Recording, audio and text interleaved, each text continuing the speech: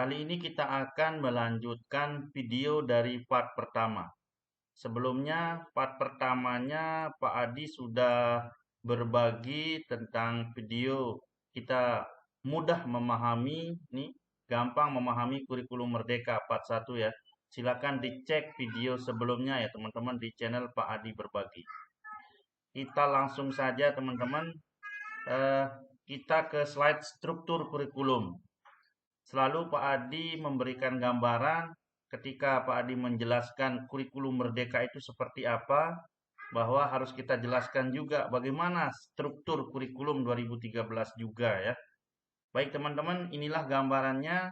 Kalau kurikulum lama itu, struktur kurikulumnya itu terdiri dari dua ya teman-teman ya. Dari intrakurikuler dan ekstrakurikuler. Itu yang 2013. Dan sebelumnya ya, 2006 terus KBK 2004 itu semuanya.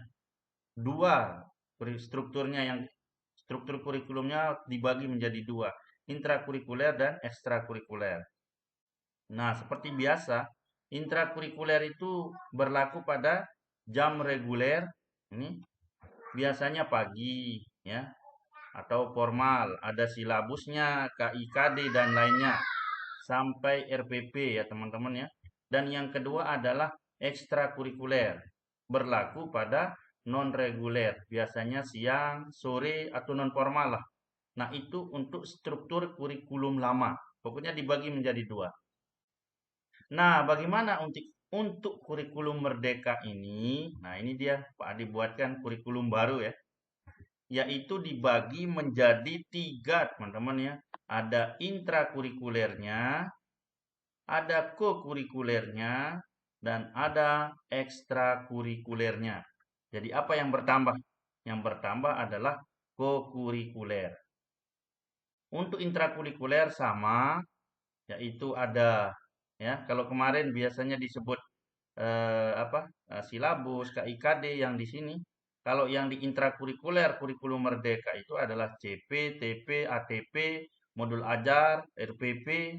Nah, ditambah lagi dengan kokurikuler ini. Kokurikuler ini adalah proyek penguatan profil pelajar Pancasila. Itu lebihnya. Yang lain itu sama, hanya berbeda nama ininya, perangkatnya. CP, TP, ATP. Di mana perbedaannya? Kita lanjut. Ya, Pak Dia akan lanjutkan ke slide berikutnya.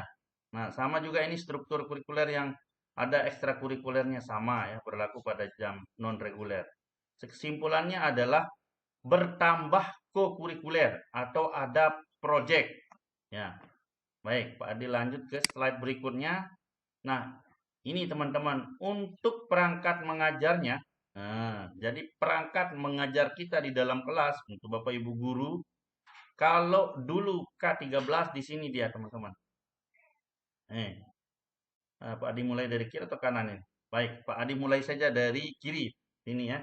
Kalau dulu itu ada namanya program tahunan, program semester, silabus, RPP. Yang putih-putih ini K13 ya dulu. Nah, ada sedikit perbedaan nama, teman-teman ya. Program tahunan bisa program tahunan. Program semester sama. Bisa disusun program tahunan, program semester. Kalau masalah kok ada program tahunan, program semester di kurikulum Merdeka, lihat video Pak Adi yang ini. Ini. Prota dan Prosem pada kurikulum Merdeka, ya. Di sini Pak Adi sudah jelaskan pentingnya program tahunan dan program semester. Pak Adi tidak akan bahas lagi. Kemudian teman-teman, kita santai saja ya. Di sini ada yang namanya silabus dulu ya. Nah, kalau sekarang namanya ATP, alur tujuan pembelajaran. Kemudian RPP, sama juga sekarang ada RPP, tetapi ada juga yang namanya modul ajar yang lebih lengkap dan yang lebih spesifik, ya. Kemudian ada KKM, berhenti namanya KKM sekarang, namanya KKTP, kriteria ketercapaian TP. Kemudian kalender pendidikan, jadwal tatap muka, absensi, ya, presensi siswa, daftar nilai, program perbaikan dan pengayaan, ada semua ini. Buku kasus, agenda harian, ini sama semua. Yang beda itu hanya yang 3 ini aja, teman-teman. Ya, ini yang merah-merah ini adalah produk dari kurikulum Merdeka atau Kurma. Baik, Pak Adi kembali ke sini. Pak Adi kembali ke KIKD ya, teman-teman. Kalau dulu di 2013 itu diatur oleh pemerintah ini. Ini tidak bisa dibuat-buat oleh kita. Ya. Kalau yang ini, yang sebelah kiri ini kita buat. Kita ambil dari KIKD.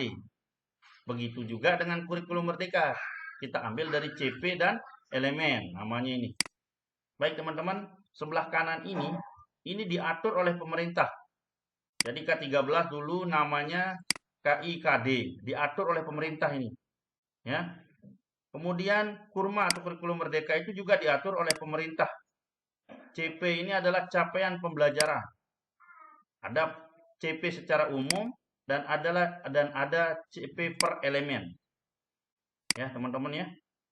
Inilah perbedaannya, ini diatur oleh pemerintah ini. Baik, Pak Adi akan tunjukkan dulu KIKD untuk K13 SMP, ya.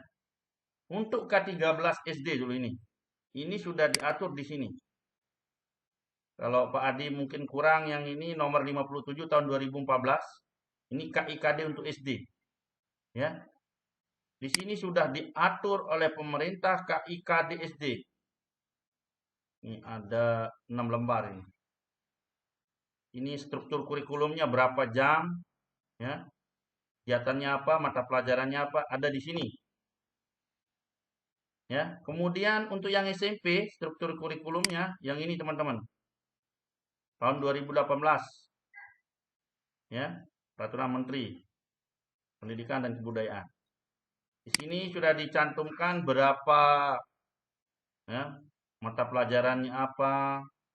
Ini Pak Adi skip apa Pak Adi percepat ini karena nanti ini udah Pak Adi pindah ke dalam aplikasi ya.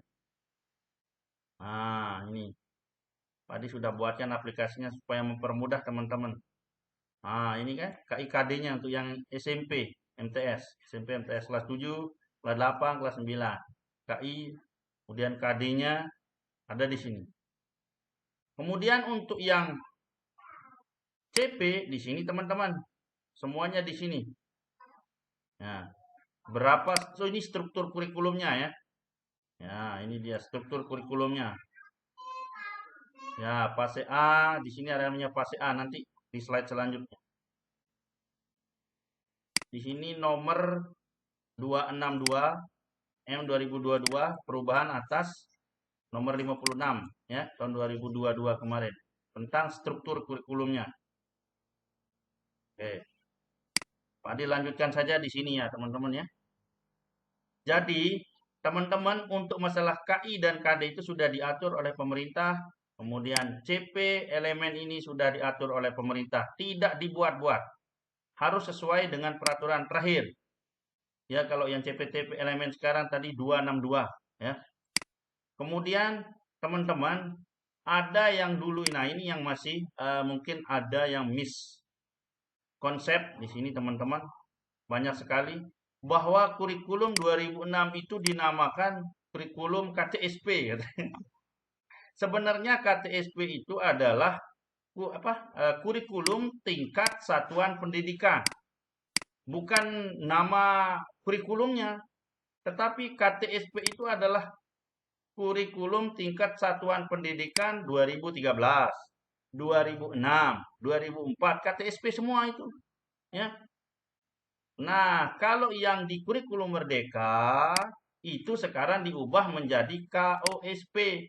KOSP kurikulum kurikulum Merdeka. Berhenti namanya KTSP. Bukan nama kurikulumnya KTSP itu ya.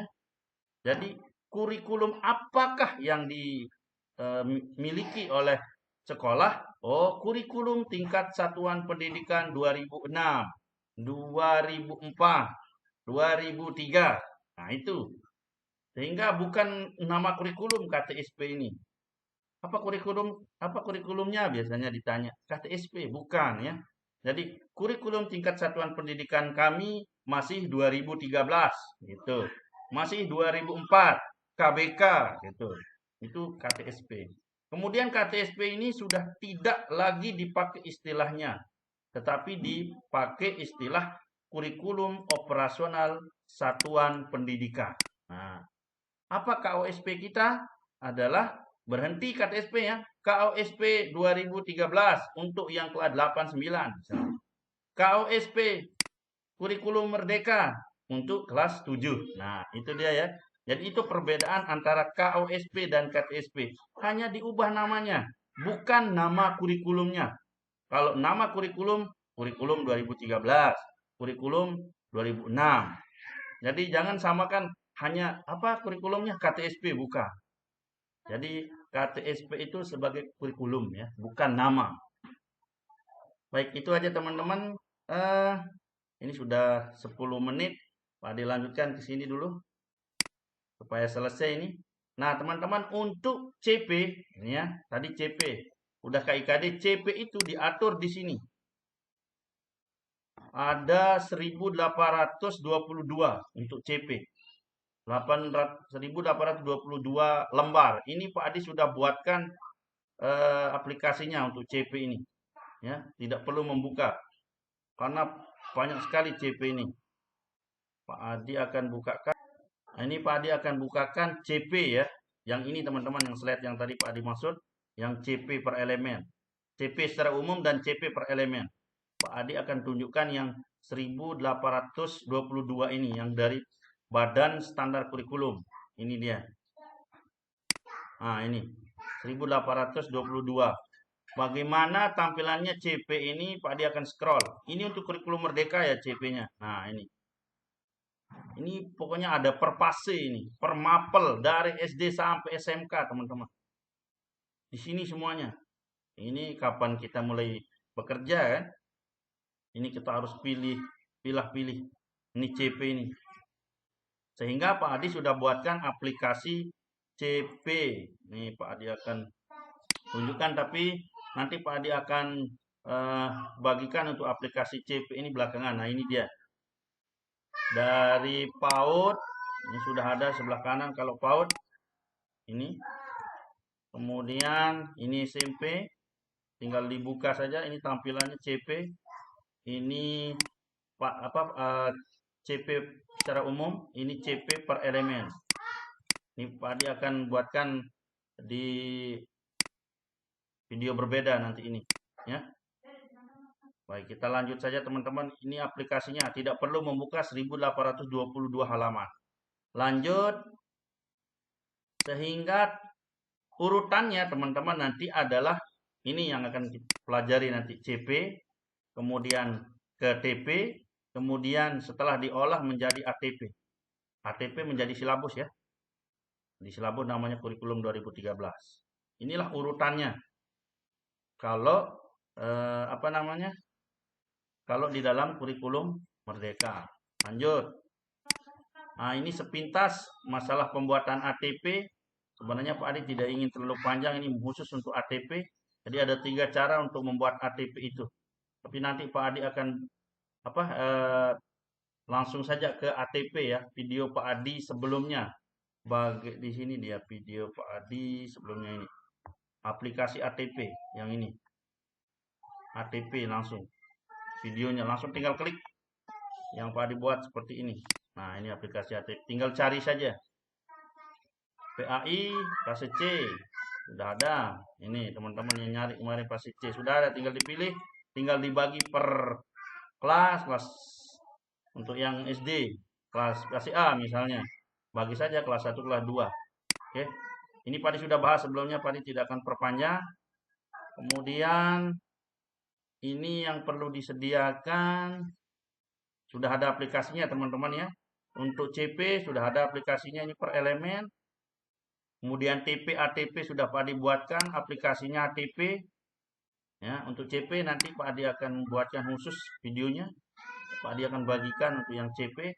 Kemudian yang ATP sudah Pak Adi buat di video sebelumnya, tinggal diupdate. Ya, nanti Pak Adi akan buatkan khusus untuk yang CP. Ini ATP sudah ada. kemudian TP, ATP. Nah, untuk yang MA, modul ajar atau RPP, itu tinggal diunduh saja ya, karena mandiri berubah kebanyakan sekarang. Tinggal dicopot saja di PMM, diganti nama sekolahnya, udah. Itu aja dulu karena mandiri berubah, lain berbagi membuat dari awal. Dan alokasi waktu. Alokasi waktu itu ada di sini teman-teman, di aplikasi ATP itu. Nih, di bawah. Untuk kelas 1 strukturnya ada di sini. Ya, alokasi waktu 1 jam 35 menit untuk kelas 1 SD. Ini PAI 3 jam, niatan dalam kurung ini 3 jam. Kemudian satu pekannya itu berapa? 23. Bahasa Inggris itu pilihan ya, ada keterangan di bawah, bukan wajib. Ini ada keterangannya pilihan paling banyak 2 JP per minggu. Ya, sebagai mata pelajaran pilihan. Kemudian muatan lokal juga seperti itu. Yang 23 ini tidak termasuk ya. Ada total JP tidak termasuk ya, ini yang bintang 4.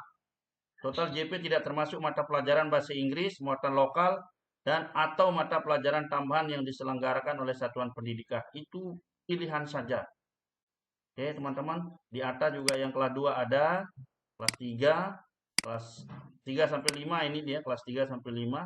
Kemudian kelas 6 berapa jam untuk proyeknya ya. Ini dia. Kemudian kelas 8, kelas 7, kelas 8 ini, kemudian kelas 9. Ada perbedaan ya teman-teman ya. Tidak berdasarkan fase. Karena di sini ada perbedaan nanti kelas 7, 8 dan kelas 9 ini 32 per tahun. Silakan dinikmati saja di paling bawah. Cip Adi akan kirimkan aplikasi terbarunya karena yang kemarin itu masih belum ada yang fase C. Sekarang sudah ada nih. Tinggal seni budaya kosong ya. Kalau yang PAI, Pancasila sudah ada. Bahasa Indonesia sudah ada, teman-teman tinggal dinikmati saja, dicoba saja. Oke, kita lanjut lagi sedikit, teman-teman. Ini slide-nya lagi. Nah, untuk yang aplikasi CP itu nanti Pak Adi akan bahas, ada ini dia. Nggak usahlah dibahas di sini, alokasi waktu sudah Pak Adi buat ini. Sudah ada Pak Adi jelaskan tadi. Kemudian masalah RPP ini ada yang lengkap, ada yang singkat, ya, ada yang pendek, minimum ya. Ini Pak Adi tidak terlalu dalam lah bahas ini karena langsung aja di PMM. Kemudian ini modul ajar yang lengkap apa saja. Oke, itu saja teman-teman. Ini sudah 17 menit ini supaya tidak bosan teman-teman untuk video part 2 ini. Saksikan terus, nanti Pak Adi akan lanjut membahas masalah P5 ya.